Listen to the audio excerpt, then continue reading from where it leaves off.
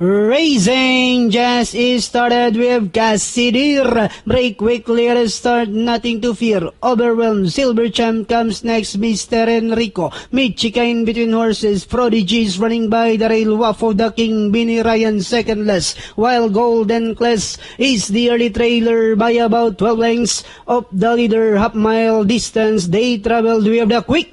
Is striding Casidir on its favorite position as the pace setter. Enjoying a 4 lengths lead, nothing to fear in second. Moving about the outside is Prodigy, down on the inside is Silver Champ Michika. Alongside now is Mr. Enrico.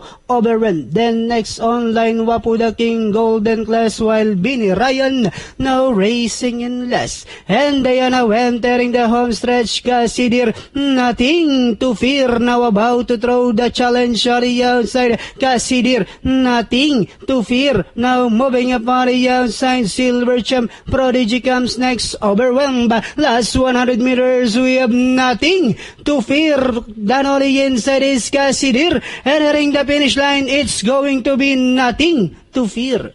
Casidir, then comes Overwhelmed, Silver Champ, Prodigy, and Golden Class. 97, Arrival.